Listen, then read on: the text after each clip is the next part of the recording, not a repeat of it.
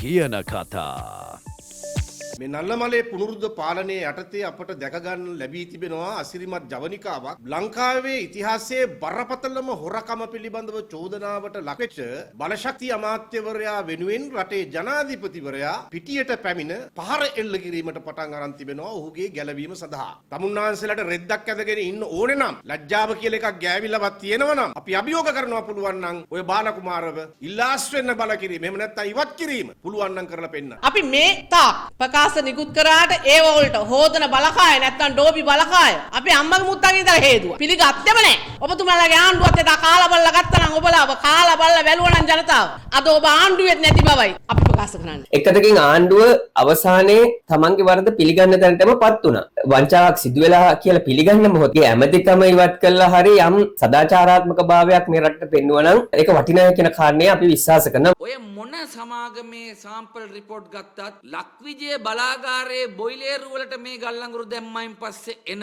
Real time report එක තමයි හරි. මොකද එතනින්නේ මෙගාවොට් 300 ජනනය වෙන්නේ. හිතා ගන්න බැරි විදුලි අර්බුදයකට ගිහිල්ලා විදුලි කැපීම නවත්තන්නත් බෑ. විදුලි බල මණ්ඩලය ගණන් වැඩි කරන නවත්තන්නත් බෑ. ලියලා තියාගන්න තාව පාරක් දැන් වැඩි කරලා සුමාන දෙයක්වත් නැහැ තාව පාරක් ගණන් වැඩි කරන. අඟුරු කුමාරලා මොනවා කිව්වත් අඟුරු ගෑවිලා තියන්නේ මූණේ හොදන්න බැරි වෙන්න. ජනාධිපතිතුමා ආයේ කුමාර ජයකඩුවේ කොට දාන්න. මම ජනාධිපතිතුමාට එළියදී කිව්වත් එක්ක. ඔතුමා ආවයින් පස්සේ තමයි ඇඟේ ලේ වතුර ආවේ කියලා මනුස්සයට. දැන් මේගොල්ලන්ට දීලා තියෙන්නේ ට්‍රයිඩන්ට් එකට 19යි ගේන්න නැව්. අප්‍රේල් 20 දක්වා. අප්‍රේල් 20න් පස්සේ ගේන්න බාර දුන්න අලුත් සමාගම. ඒකේ නම තරංජොට් රිසෝස්. ඒ සමාගමේ දේශීය නියෝජිතයා නම් අපි කවුරුත් දන්නේ ජනාධිපතිතුමාගේ ඉතාම හිතවත් ව්‍යාපාරික හිතවතෙක්. ජාවාරම්කාරයෙක් කිව්වත් කමක් නැහැ. ඒ තරංජොට් සමාගම කිසිම අවස්ථාවක වටිනාකමට ගල්ලඟුරු ගෙනල්ලා නැහැ. එහෙම අත්දැකීමක් ඇත්තෙම නැහැ. රෑ වැටුණු වලේ දවලුත් වට්ටල මේ රට. ඒ කීයටද? අරක 98.5ට ටොන් එක ඩොලර් දැන් 143ට ටොන් එක. දැනුත් ඔබට කියන්න පුළුවන්ද මේ දෙවෙනි ටෙන්ඩර් ඒවත් ඔබ හරියට කලාය කියලා ගල්ලංගුරු කාලා බලලා ගන්න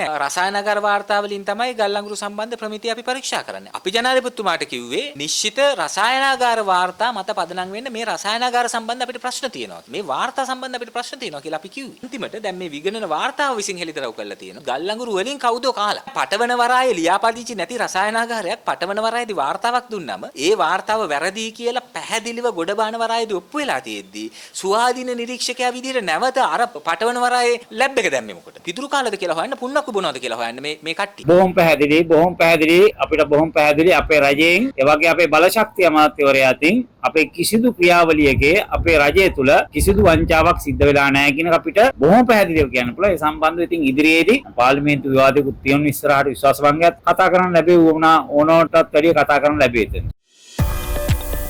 කියන කතා